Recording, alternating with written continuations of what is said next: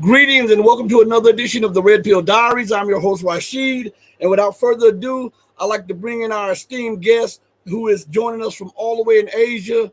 Kiji Noh, I got to bring you on the screen. How's it going today? I'm doing well. Thank you. Pleasure to be with you. Thank you for accepting the invite and coming on.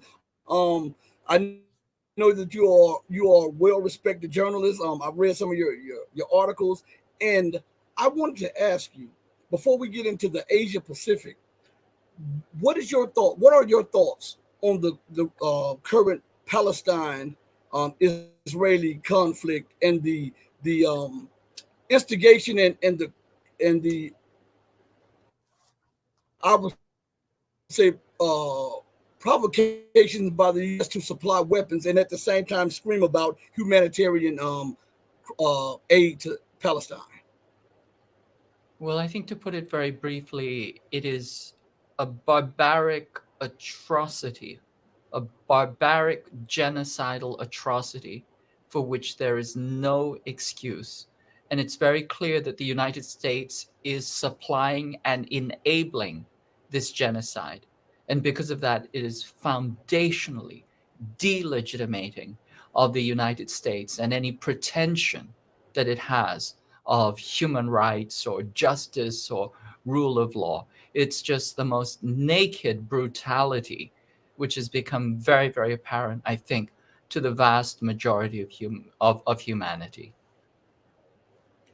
Do you think the hypocritical position of the United States on this matter is upending American exceptionalism around the world and forcing the other nations to look at America for what she is instead of all of this democracy and freedom? I think people are starting to wake up. There have been many atrocities in history. There have been many genocides, but this is the first one which has been live streamed. And because of that, I think that is breaking open, the doors of reality in a very specific way. And we understand the nature of settler colonialism. This is what settler colonialism looks like. The United States was built on settler colonialism. The state of Israel is a century-long settler colonial project. As other countries were decolonizing, the state of Israel was built as a settler colonial state. It's completely regressive to the trends of history. And now we see it for what it is. I think, the scales are falling from people's eyes. And I think, as I said before, it is foundationally delegitimating for the empire and its white supremacist settler colonial ideology. And how can, on one hand, I want your opinion on this. How can, on one hand, America legitimize what Israel is doing as they occupy Palestine, and on the other end, sanction Russia for protecting its national interests near its border and with Ukraine? It can't. It can't. It's only the kind of ruling elite who are high on their own supply, who are telling lies to themselves, and they expect the rest of us to fall for these lies. It's not working anymore.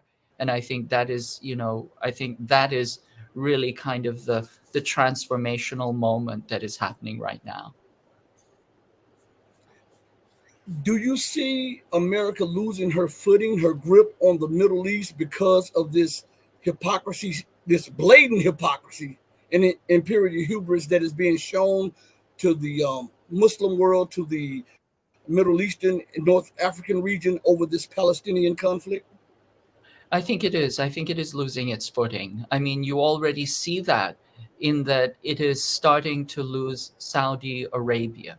Saudi Arabia was one of the United States' most important proxies, along with Israel. It was what the United States used to prevent national liberation movements in the Middle East, Baathism and other national social movements. This was the kind of bulwark against that. And it was also the basis of the US petrodollar, which allows the United States to have this unlimited credit card that it spends, because the US dollar is based on it being the reserve currency, which is tied to its being the peg for the petrodollar. And the fact that Saudi Arabia is slipping out of its orbit, and where Saudi Arabia goes, the other Gulf states go. And you see the Gulf states are building relations with China and the Belt and Road and the BRICS. Then you see that there is a kind of foundational centrifugal force that's happening. And the US is no longer able to exert its will in this arbitrary and unitary way uh, as it was able to. But the problem with this is that this is a very, very dangerous moment, because as the empire weakens, as it senses its power waning and slipping away from its grasp, it becomes more dangerous. To give you an analogy, it's like the drunk at the bar, and the bar is closing. You know, the final call has been given, the bar is closing, and the drunk is drunk with power. It's drunk with power, but it has maxed out its credit cards, okay? And it struck out with everybody. And it's time to go home. It's time for the empire to go home. But doesn't want to go home. The drunk doesn't want to go home. And what it wants is it wants a fight. It wants to have a fight. It's going to have a fight. It's not going to go home. It just wants to pick a fight. And if it has to take on the entire bar, it will. And that's kind of the mindset of the neocon dead enders, who believed that it was their mandate starting the 90s to rule the planet. They refer to it as unipolar global hegemony. That's just a fancy word for boss of the world. They believed that they were the boss of the world. And they believed that they should and could do anything in order to do that. And nobody could have a say. In fact, one of the neocons said, it's our job to pick up a small country and throw it against the wall every few years just to show who's boss. This is what they said. You know, they said, we create our own reality. The rest of you can study it. We make our own reality. That was the kind of hubris and arrogance that fueled this imperial project, this neocon imperial project. And now this power is waning and they're becoming frantic. And so they want to take on the world. One war in the Ukraine is not enough. A second war, a genocide in the Middle East, is not enough. They want a third war, right? 2 wars and a genocide are not enough. Now they want to also go to war with China. And I assure you, there is no way that that can have any chance of being successful. But this is their hubris. This is how they think. And they would rather see the end of the planet than the end of their power, because the end of their power is the end of the world for them. They'd rather see the end of the world than the end of their imperial privilege and power. And that's why this moment is so dangerous. It's amazing that you said that and you articulated it that way.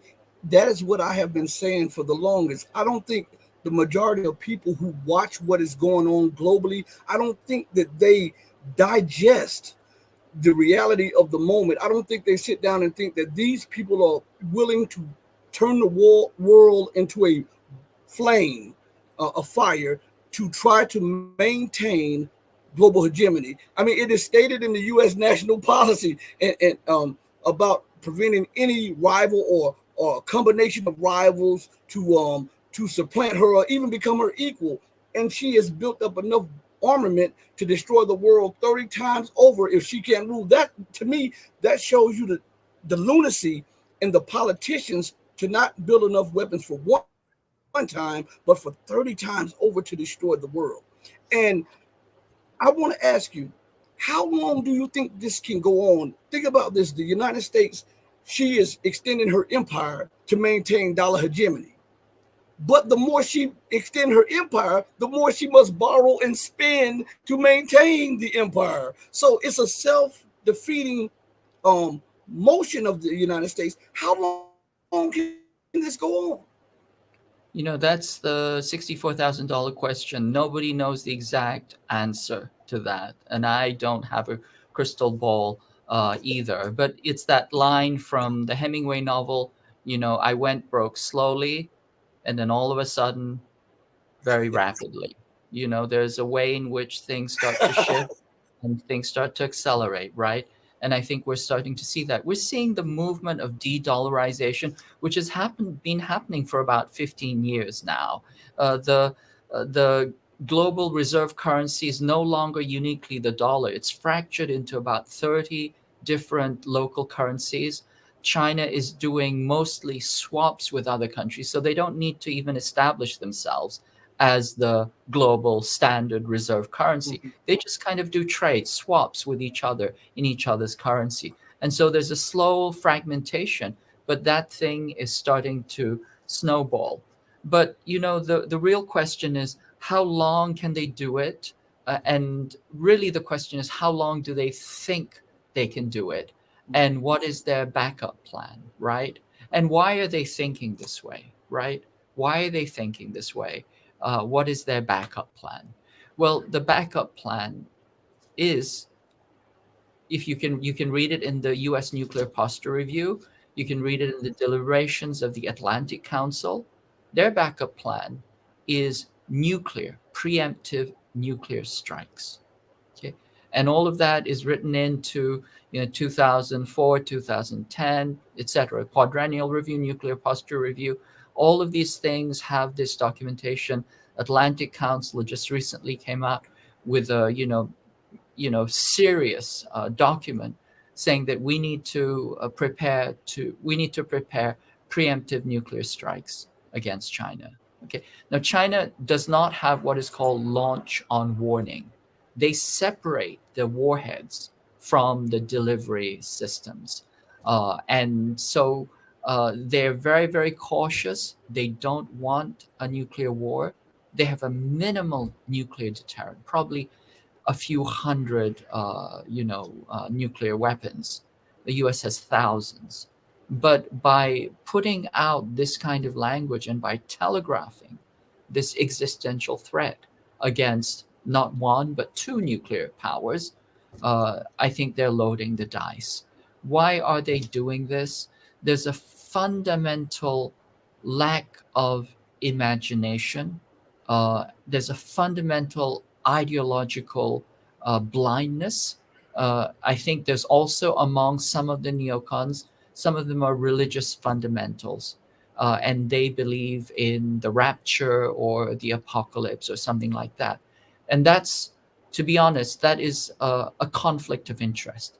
That's a theological conflict of interest. If you believe in the rapture, you should not be anywhere near a weapon, right? That's my belief. But I mean, think about Tony Blinken. I don't know if you've ever seen Tony Blinken playing the blues. They consider him a Oh yes. blues in Washington, and he plays Hoochie Coochie Man, right? Now let's think about this. White Ivy League, spoiled, entitled, ruling elite from the lizard class playing the blues. I mean, kind of boggles the mind. But here's the other thing is that you don't get to play the blues. People who play bluesmen are people who have suffered. And the blues is about suffering. And I assure you, Anthony Blinken has never suffered. He has imposed untold suffering on people, on the planet. But I don't believe that he has suffered. I believe that he may have been inconvenienced from time to time, right? Right. But he hasn't suffered. But still, there is this mindset, this entitlement that they claim not only the world, but also the world's culture and the world's experience and the world's suffering for themselves. They there's no end to their appropriation and their sense of entitlement. And that grandiosity is what is potentially leading us to the doorstep of World War III. I believe, in all honesty, that we're very, very close. Everything that we see, for example, in Korea, in Japan, on Taiwan, in the Philippines just a few days ago, all of these signal that there are so many triggers, so many traps, so many mines that are being laid, that sooner or later one of them is going to go off, one of those fuses is going to go off, and those fuses are connected to an entire network of explosions that are very, very dangerous. I don't want to be alarmist, but that is honestly what I believe. And I believe similar to that also. So uh, when we're looking at the Ukrainian, and Russian situation with the egging on of hostilities by the U.S. and NATO, what is your position on this, and where do you think this situation will evolve and evolve into? Well, I mean, this was clearly the provocation, right? I mean, the understanding was when the Soviet Union disbanded that, would not be, James Baker assured the Russian leadership that they would not move 1 inch east, right? That was the understanding. And those promises, every single one of them was broken. And this is simply how it works. It's as Sergei Lavrov said, the US is not agreement capable. As soon as it makes an agreement, it breaks it. All you have to do is look at the 362 treaties that the United States signed with the indigenous peoples of the Americas, right? Every single one of them broken. And this is also true in the modern era. Ukraine is a war that never needed to happen, except that the neocons had a design that they were going to knock out Russia. I mean, essentially, they want to knock out China. But the question for them was sequencing. Do we knock out Russia first and then go after China? Or do we knock out China and then get Russia from, the rear? Or do we knock both of them out at the same time? The quadrennial defense review, national defense strategy, national security strategy labeled Russia and China as the two revisionist powers. Revisionist powers is just a fancy word for official enemy. They are the global Satans. We have to go after them. The question was one of sequencing. And the State Department, the Nuland faction, which is the rabid, Ukraine Russophobe faction, said we have to go after Russia first, and then we'll use Russia as a bloodletting table, drain out Russia, and then we'll go and finish off the rest of the Eurasian continent through China. And then there was another faction, namely the faction of Kurt Campbell, that said, and Eli Ratner, and they said, no, we have to go to China right away. Everything has to be around China. It's, like Captain Ahab. Everything has to be around China. And they were, shouting from the rooftops. And you can see that Nuland has been knocked out. She has retired. She's taking care of her, whatever, her nest egg. And now Kurt Campbell is number 2 in the State Department. And it looks like they're pivoting hard against China. So you see the escalation in Korea. Right now, as we speak, they're doing these incredibly belligerent war exercises, Uchi Freedom Shield, on the Korean Peninsula. I think it was just today or yesterday. They had multiple air-to-air live fire missile exercises. That's something that has never happened before. You fire those missiles. Each one of those missiles is $400,000 to $1 million each. Usually they don't fire those just on exercises. I mean, you fire bullets, you fire shells, no big deal. But to fire air-to-air missiles costing up to $1 million each for an exercise, that's no longer an exercise. That is serious rehearsal of war. And the Korean Peninsula, they've had 200 days of military exercises, back-to-back military exercises, 18 nuclear bombing exercises, strategic nuclear exercises. That's the escalation on the Korean Peninsula. And then you have these provocations happening in on Taiwan Island. Most recently, there's a part of Taiwan province which is called Ginman Island, and Ginman is swimming distance from the mainland. I don't know if have you ever been to San Francisco?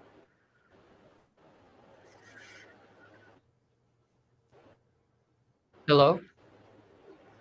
Anyway, Ginman Island is so close. It's the distance from Martha. It's the I haven't been distance to San from Francisco. it's the distance from Martha's Vineyard, to Massachusetts. It's the distance from What's going Galveston. on YouTube? Oh man, there. Let's see. Try to get this going. All right, there we go. We're back. We're back. YouTube. Okay, So good. I want to say this to you, and I apologize, but my channel, is always, there's always something going on with the powers that be or whatever like that. The signal gets dropped. We get knocked off. So that's to be expected on the show. So I should have apologized to you in advance because I knew something like that was going to happen. But finish your thoughts. Well, I mean, it wouldn't be a good show unless, there was some interference, right? So yeah, so I was saying that there's a part of Taiwan Island. Taiwan Island is about 90 miles from the Chinese mainland. It is kind of like the stepping stone to attacks on China. It has always been the kind of platform with which sea-based attacks have been launched against China. That's historically been always true. Just as attacks against Russia have always gone through Ukraine, attacks against China have always been launched from Taiwan Island and then also from the Korean Peninsula, usually at the same time. Okay, so this is a historical pattern. It's happened multiple times. But Taiwan Island is being turned into a second Ukraine. It's being turned into you can see this entire Ukrainization process that we saw build up over a decade in Ukraine. We see the exact same process being pulled off in Taiwan Island right now. And already their troops, it's being packed full of weapons, armaments, especially asymmetric weapons, the type that they sent to Ukraine, but also missiles and standoff missiles, etc. And the whole idea is to disperse forces all around the first island chain, going from the Kurils, Japan, Okinawa. Taiwan is the dead center of a noose of encirclement. And then you have, the Philippines and Indonesia, etc., etc. So it's a huge island chain, thousands of islands. All of these islands are being militarized. And the U.S. is, putting, weapons, missiles, and rehearsing island hopping in order to do a kind of dispersed attacks against China. So this buildup is very, very concrete. So you see most obviously as a trigger point in South Korea, because that's where the tension is the highest, and where the United States has operational control over 600,000 South Korean troops and 3.1 million reserve troops. Most people don't know this, but the United States has operational control over the South Korean military. Now they say, it's just wartime operational control. But the thing is, the only time that operational control matters is during wartime. And the US gets to decide when it's wartime. Anytime they say that it's wartime, that they want operational control, they get control over all of South Korea's troops, all of South Korea's materiel, weapons, all of South Korea's bases. So that's one place where the US has tremendous overmatch, and there's also tremendous tension that is like a tinderbox that could go off. Taiwan is also the other tinderbox because it's right in front of China's nose. It's like in the clinch, it's the headbutt. It's right there. It's the headbutt against the jaw, if you want. And Taiwan Island is 19 miles from China. Uh, there is another island which is part of Taiwan province, which is about 3 miles from China. It's the distance from which a sniper could shoot a rifle if they wanted to. They have seniors swim that channel every year just for fun. So it's that close. And right now, as we speak, there are US special forces on that island training and preparing for war. The US has passed this legislation called TERRA, the Taiwan Enhanced Resiliency Act. It's the Taiwan Policy Act. Essentially, it's a legislative document preparing for war against China, preparing, Ukrainizing Taiwan for war against China. And then in the Philippines, just very recently, in Taiwan, two Chinese fishermen were just recently killed. Mm-hmm. And so that gives you a sense of what that provocation is like. And then just very, very recently, there was a skirmish between the Taiwanese Coast Guard and the Chinese Coast Guard. Okay, why are they challenging each other in the South China Sea? Because the US wants the Philippines to provoke something, to make something. So they brought in a ship that was going into Chinese claimed territory. Chinese claim it as sovereign territory. They say it's been their territory for thousands of years. The Philippines claims that it's theirs because of an adventurer, a Filipino adventurer called Thomas Clona, found those islands. They were inhabited, and he declared it as a sovereign country of which he was the ruler. Okay, so it's the doctrine of discovery. He discovered it like Columbus. So he said it was his land, and then the Filipino government arrested this guy, and so he sold all of his, sovereign territory to the Philippines for 1 peso, and that is the Philippine claim to that region, to those islands. But based on that, the Philippines came in and they were trying to, resupply a ship that they had squatted on one of the reefs, which is rusting junk. It's rusting to pieces. And it's like, you and I, you have a driveway and I have the easement. You give me passage through your driveway. And then one day I decide that driveway is my driveway. So I drive a car and I wreck it on your driveway. And then I start squatting the car. And based on that squatting, I'm claiming squatters' rights and saying the driveway is now mine. Okay, that's what the Philippines are doing right now. Chinese are trying to prevent that. They tried to keep the ship from resupplying the junk that's, rusting away. And the Philippines brought a CNN crew, and the CNN crew was filming everything, and the Chinese was spraying water, and window got busted. And then CNN wrote in their article, we have to ask ourselves, should we consider an attack with water to be an armed attack? Right? Okay, spraying somebody is an armed attack. They want a case of ally, a cause for war. And the CNN guy, shows up, and I have never seen a journalist in my professional, life of watching journalists. I've never seen a journalist look so disheveled and messed up. He didn't shave; his hair was all messed up. It was like he'd gone to hell, right? It was all part of the theatrics. I mean, come on. I mean, we see people in Gaza, we see journalists in Ukraine. When you go in front of the camera, you dress right, you shave, you look as best as you can, and unless you've been, shot at or something. But this guy who's been on a boat, tucked up, looks completely disheveled. He's complete. Looks like he's been sleeping in a dumpster for 10 days, and he's reporting for CNN. And I thought, okay, the theatrics are just much too transparent. But what they were trying to do is they brought the CNN reporter, embedded him, and they're trying to draw the foul against China, if you will, and then use that as more delegitimation, more propaganda. So you see this constant information warfare, this constant demonization. And all of this demonization is simply the fact that when the US escalates to war, it precedes the kinetic war with information war.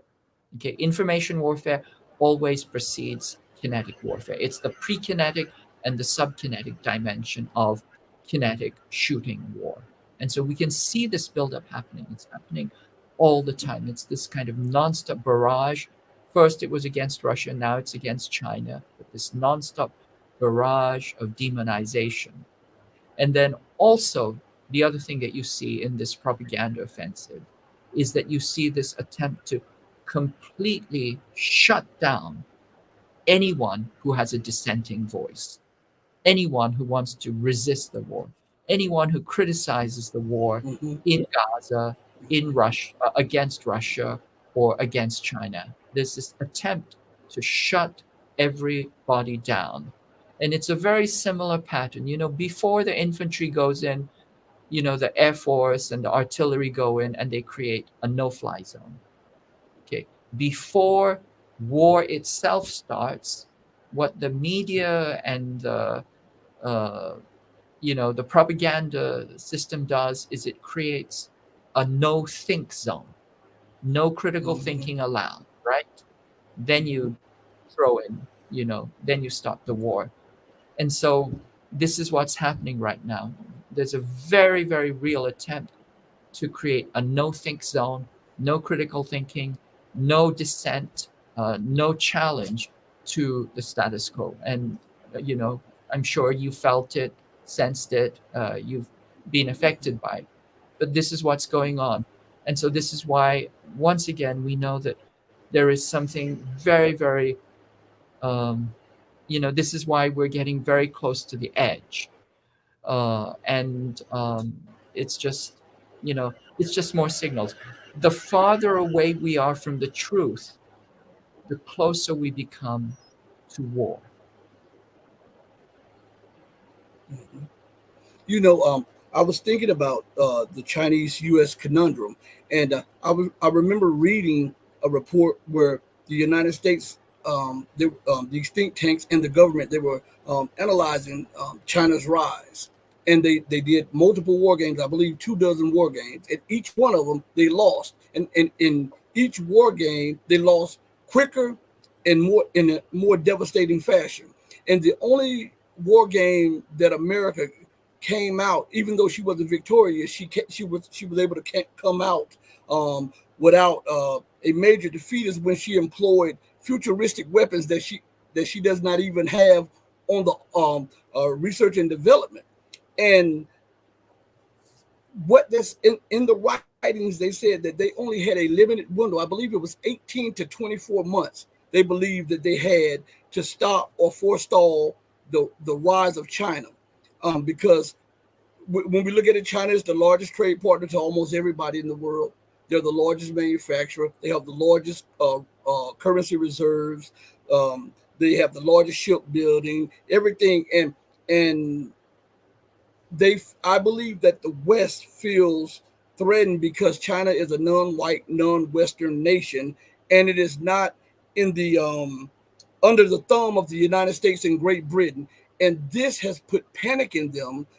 But according to their own writings, that China has the largest army, the largest navy now, and then within a year to 2 years, they'll have the largest air force. Do you believe that this has put impetus on them waging war with China? They believe that, hey, if we wait any longer, there's no possibility for us to win. But maybe we can squeak out a win if we do it now.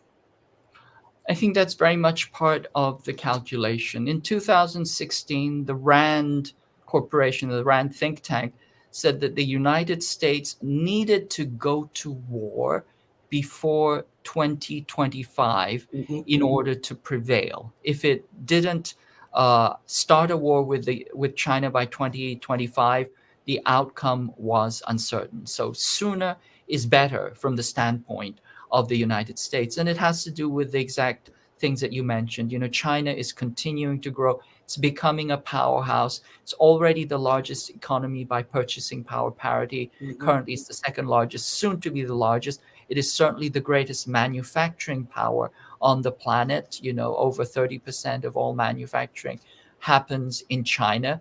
Also, it's the largest trading nation. Most of the countries, the number one trading nation is China. It is a technological powerhouse.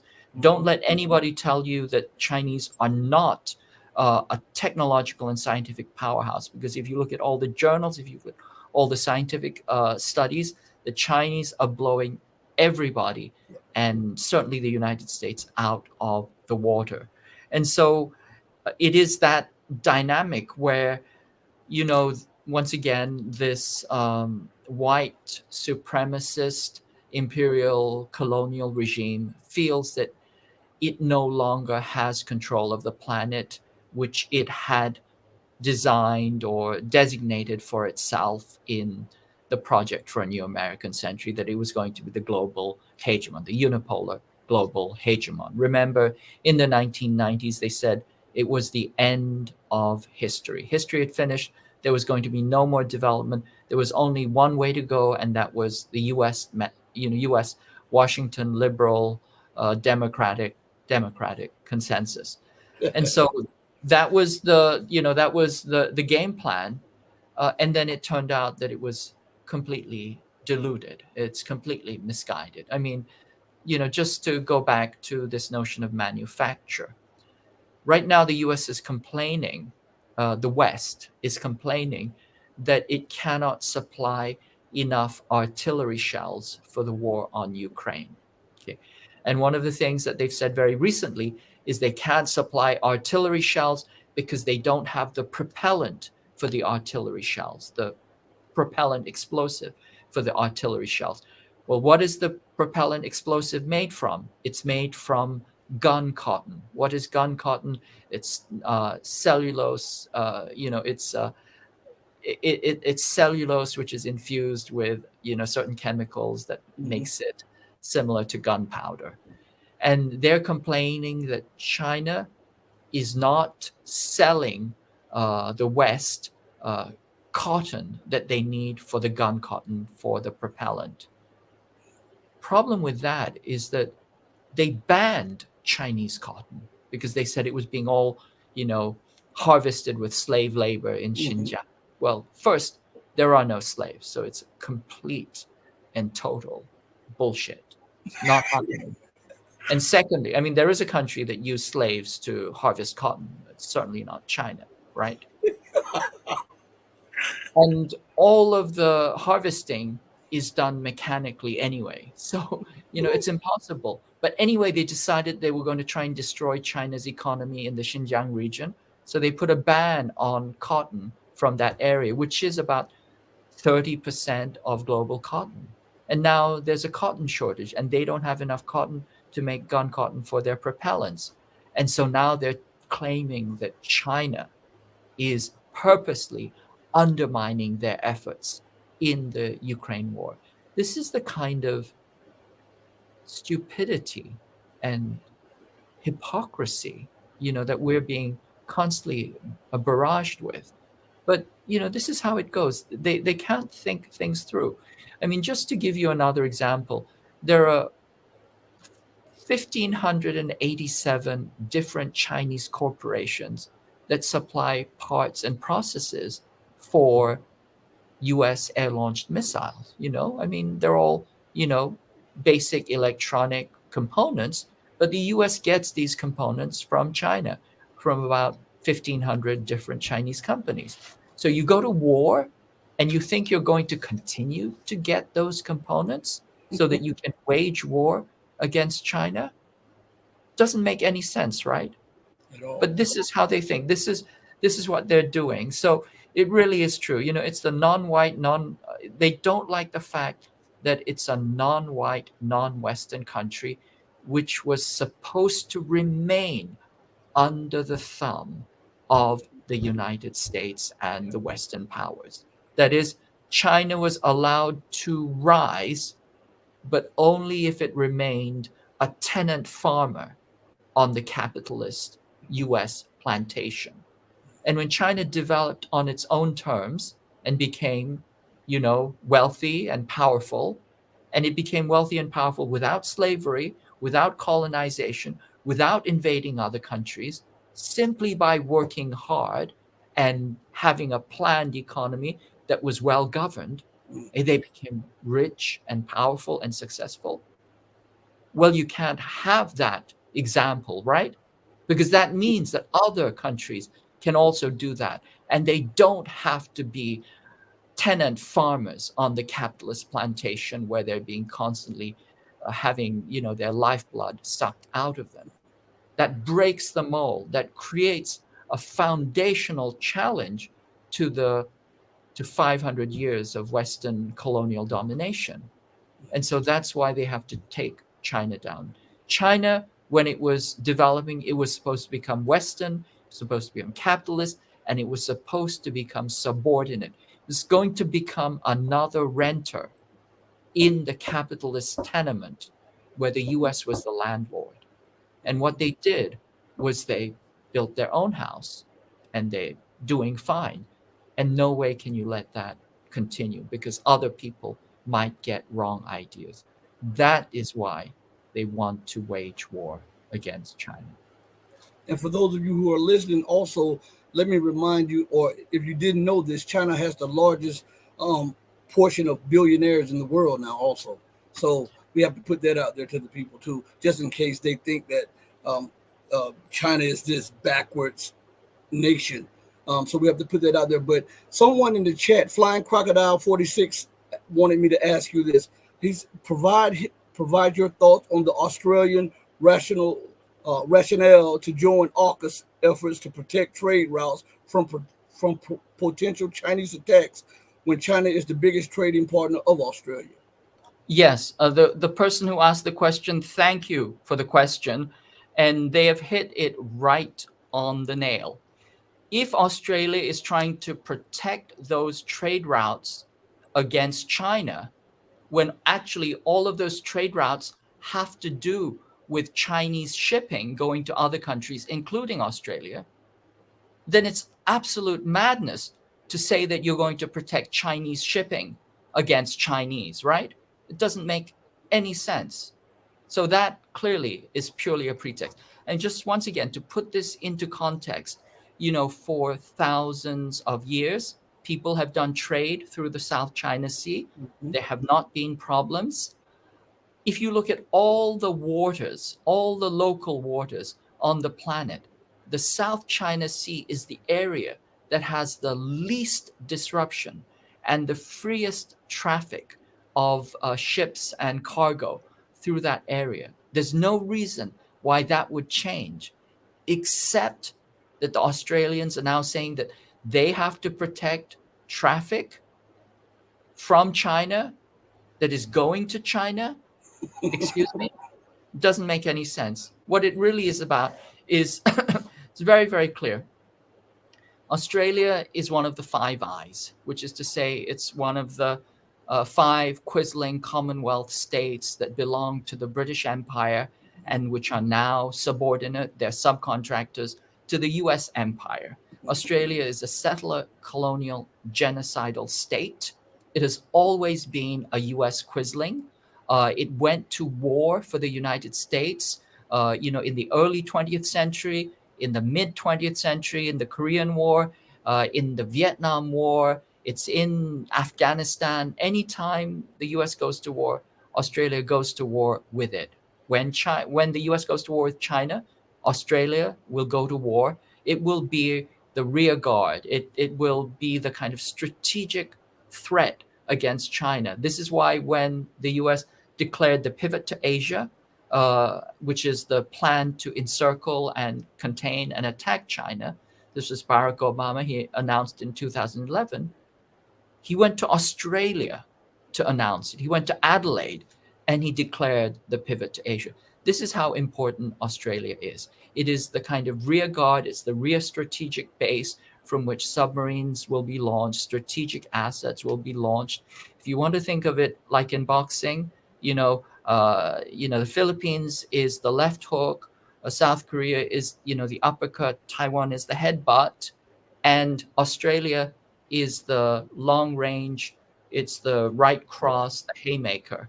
That's what Australia is. And so it's a very integral part of this US plan to use proxies to engage in networked, joint, all domain combined warfare against China. And specifically, once again, I have to emphasize that in the 1970s, Australia had a chance to become a different country. This was the regime, this was the administration of Gough Whitlam. He was kind of an extraordinary politician. He did many great things. He did the things that make people think that Australia is a good country. That is to say, they created universal, healthcare, free university. They withdrew from the Vietnam War. They started to return some of their lands to the Aboriginal peoples, just kind of basic human decency. This guy did more in a few years than most revolutions do in decades. But he did one more thing that got him into trouble, which is he wanted to dismantle a US base in Australia, this Alice Springs listening post. And when he did that, and we have very good documentation, essentially the US pulled a coup against him. Okay. So even if you're an ally of the United States, if you step out of line, you get couped. And so he was couped, and they put in a Quisling, and Australia has continued that way. So that one moment when it could have gone a different way, it was overthrown. The government was overthrown. Same thing with Kevin Rudd in the early 2000s. He was also trying to go a little bit off the plantation, and immediately they took him down as well. So Australia is always being disciplined. Their ruling elite is very, very well trained. They will not deviate from the plans that the neocon ruling elite have set for the planet. And Australia is a very, very important part of that. It does not have an independent foreign policy. I was watching, I think it was about 10 years ago, before they censored RT. And I was watching RT one time, and they had a former Japanese prime minister, I believe, on there. And he was asked a question about the relations between China and Japan. And his response and this stood out to me, and I often repeat it. He said that relations between China and Japan would be great every time China and Japan moves to make amends and try to get the little things out of the way. The United States intervenes. And he said the United States even threatened to take the whole of Okinawa if Japan signs. I think it was some kind of friendship treaty or something between China and Japan, and the United States told it that if he did that they would seize the Okinawan prefecture from Japan. Why does that not get reported in the West? Why don't more Asian newspapers push this to show the intransigence and the hubris of the U.S. empire? Well, I think some of it gets reported just a little bit, but it's in the Western media that all of that is immediately silenced. I mean, Asia, and most of the outside world is really a black hole to most of the U.S. Public as far as the MSM is concerned. It's it's that mushroom theory. You keep them in the dark and you keep feeding them garbage, right? I mean, that's how it goes. Right. And then you're inside this dark room, and you have this tiny pinprick of information coming through. And when you do see that pinprick of information, it gets projected on the rear wall, and it's completely upside down. It's like a camera, right? It's completely upside down. It's completely inverted. So that's what we are fed most of the time. So it is true that, Japan, there was a Japanese prime minister, Hatoyama, and I think for a very, very short time, he actually tried to go against American, tried to go against the American agenda. And let me ask you, what do you think happened to him? He was removed from office. was removed from office very, very rapidly, right? It just doesn't happen. It just, you can't stay if you oppose, the global imperial agenda. Let's go back to Japan. Japan has been, except for that short period with that prime minister, it has been a one-party state up to the present moment. I mean, they talk about Japan being some, kind of model democracy, or Taiwan being a model democracy.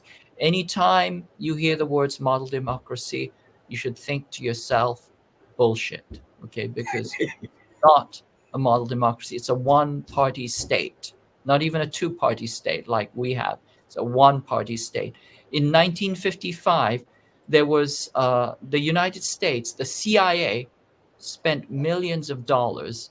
And what it did was it brought in a coalition of Yakuza, these are the Japanese criminal gangs, brought them into collaboration with the Japanese multinational Zaibatsu, these are the corporations, and then put them into agglomeration with the fascist military war criminals, the unrepentant war criminals that it rehabilitated.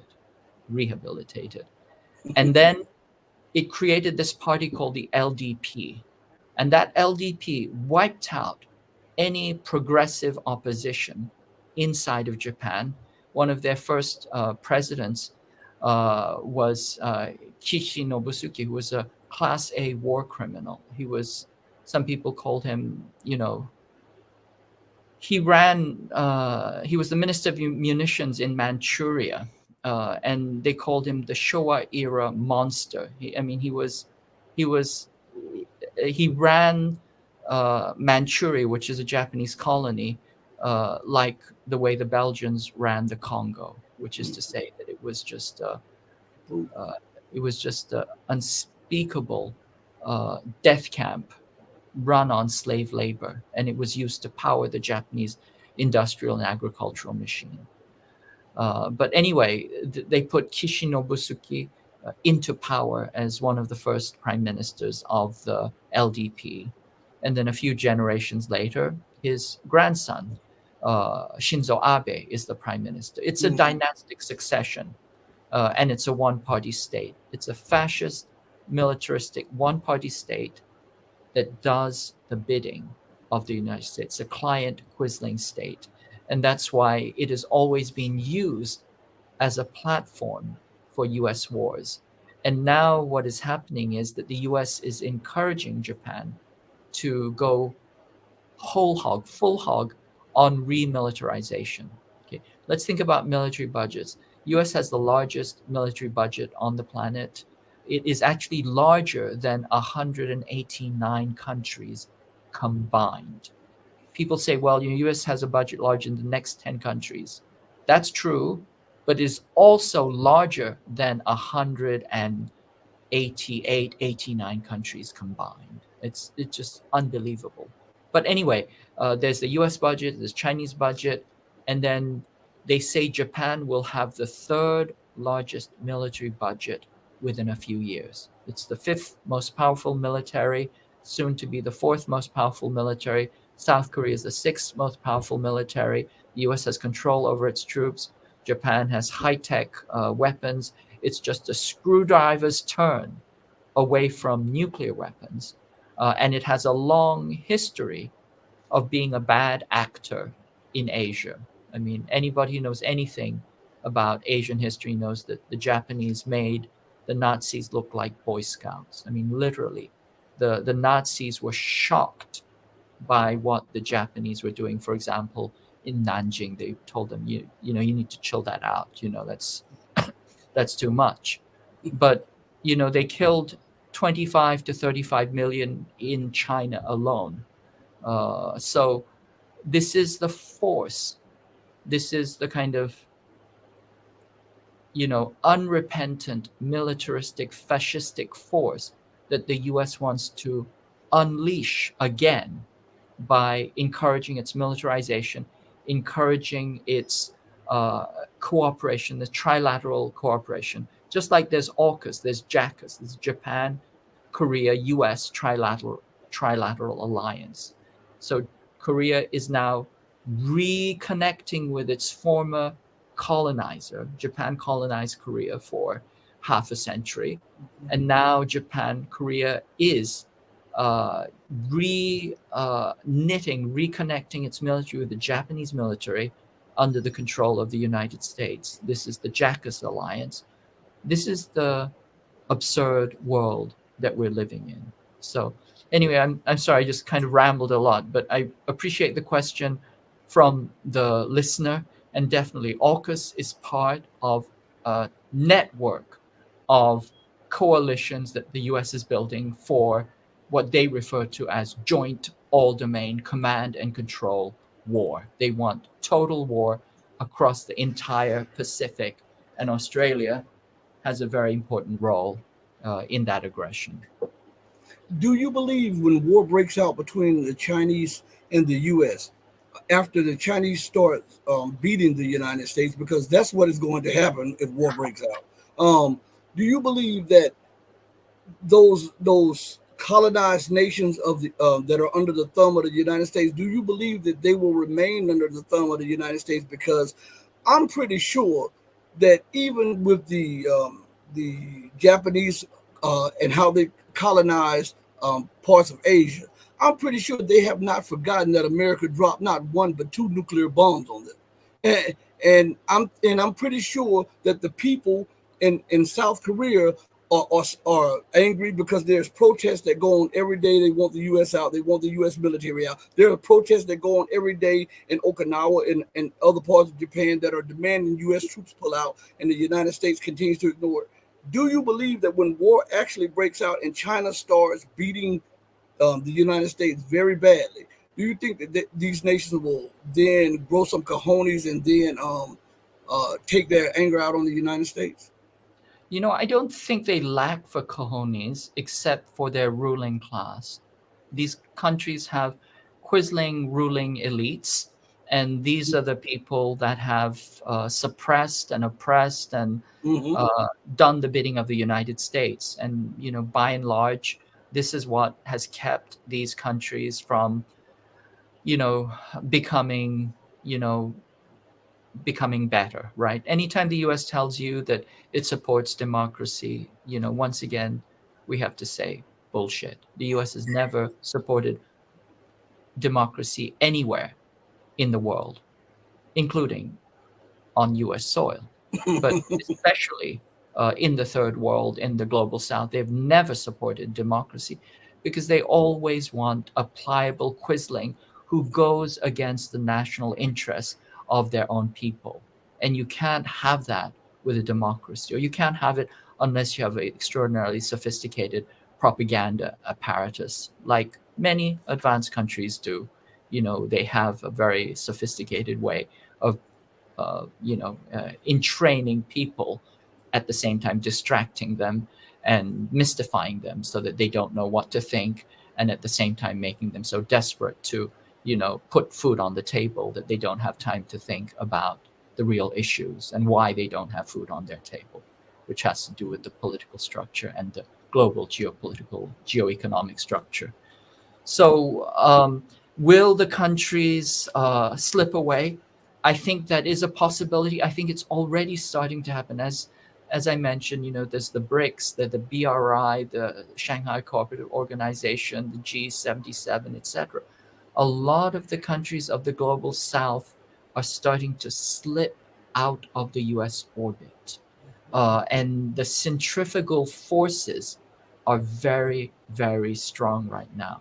How will the US hold these centrifugal forces from splitting the world, from keeping them from spinning off?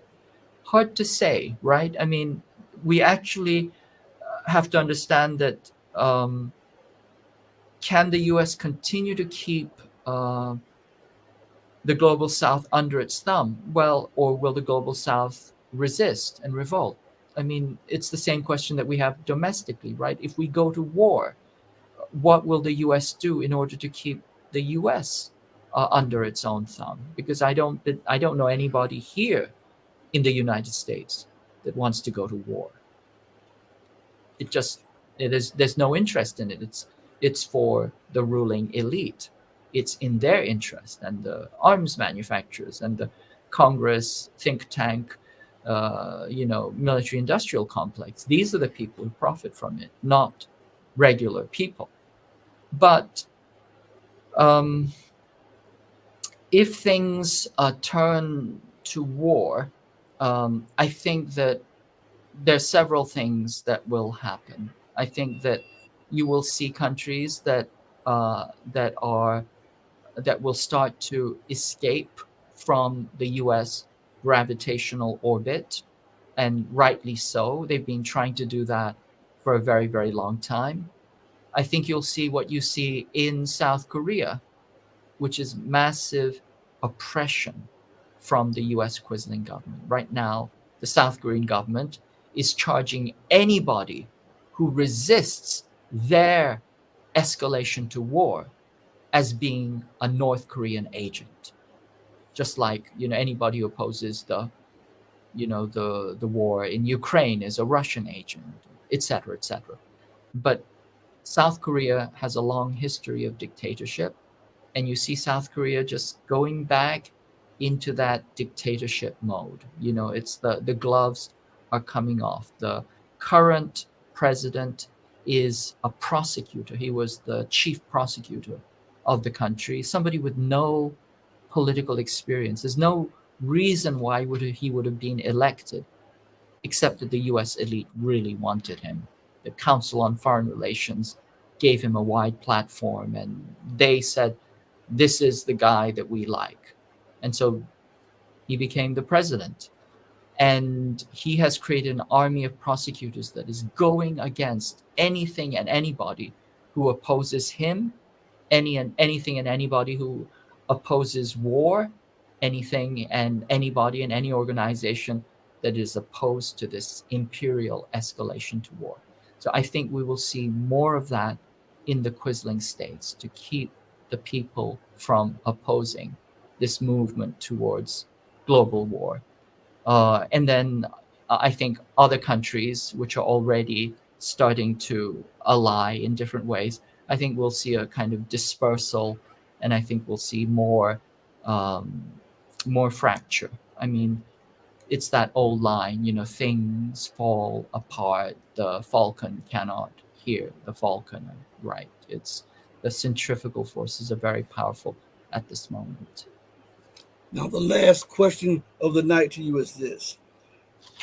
If war breaks out, do you, well, we know, but I have to pose this question to you because America is so dependent on China's export to the United States, and 93 to 95% of all goods on U.S. shelves and all the stores come from China or a subsidiary of China. When war breaks out and China starts an embargo on the United States, what will the economic scene look like? Because all hell should break loose because there will be massive bankruptcy, massive unemployment, massive store closures, uh, it's scarce food, scarce items. Where would this take America at home when war breaks out in Asia between the two superpowers? Let's just think about that a little bit. I gave you a small idea when I said that, there are 1,500, almost 1,600 companies that supply parts that the United States uses for air-to-air missiles or air-to-land missiles, right? So that gives you a sense. That's in a sector where they don't want that dependency. But if you think about everything else, you're absolutely right. The United States cannot live without China. There's a fundamental sense in which we are like conjoined twins, right? And if you separate the conjoined twins, you have to understand that it's the other twin, China, which has the beating heart and the liver and the brain, right? Right. Mm-hmm. So what's going to happen to the United States? That's exactly as as anybody could predict. Our economy is going to crash. Everything is going to be difficult. You think of your average car. Your average car has 30,000 components in it. A lot of those components come from China. Think of your jet, it has 300,000 parts. A lot of those components come from China. So if you cut China out of the picture, yes, we have to be ready for chaos. We have to be ready for supply chains to break down completely. And during COVID, we got a small taste of what that was like. You know, not enough chips. We don't have cars, right? Building materials are short. You know, everything is short. But simply the fact is that the United States, in its kind of monopoly stage of economic development, decided that it was going to financialize everything. What I mean by that is that the US corporations decided that they were just going to ask people to give them money or demand money from people and not make anything useful. This is what we call a rentier economy. You just collect rents, right? Well, how do you collect rents? Essentially, you collect rents because you have the force to coerce other people to pay you rent, but you're still not creating anything anything productive. You know, they sometimes say that, you know, GM is a finance company masquerading as a car manufacturer, right? I mean, they were making more money at one point from their loans than they were from selling cars. So there's a way in which the US has financialized its economy in incredibly non-productive ways. And therefore, it needs to have a productive substrata that's providing it everything it needs. And so if it decides to go to war against its productive subalterns, against its engine, right? You know, against, you're going to kill the goose, right? That lays the golden eggs. How is that going to work out for you? It's not. It's an act of madness. It's an act of suicide. And so that is what the ruling imperial elite have on the agenda. Why do they think this way? They don't think. They just believe. They're true believers. They believe that they are engaged in a war of good and evil. As Reinhold Niebuhr was the kind of architect of the Cold War, he said that we have to risk the end of the world in order to prevent the rise of, you know, the global South, of, you know, socialist movements. They honestly believe that. They really, when you hear them talk to themselves, they actually say these things to themselves. And that is what's so frightening, that, you know, this imperial elite is so out of touch with reality and so stuck on its ideological crusade that it would rather see the end of the world than the end of their power, because the end of their power for them is the end of their world. It's not the end of the world, but it's the end of their world as they see it. And they would rather end the world than let that happen. You kick butt. I mean, you knocked this out of the park. I really enjoyed this conversation we had. I mean, I really enjoyed it. I gotta have you back on here.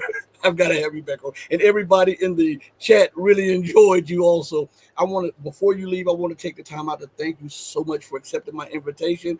And I knew it was going to be good because I follow your articles, but I didn't know it was going to be this good. Thank you so much.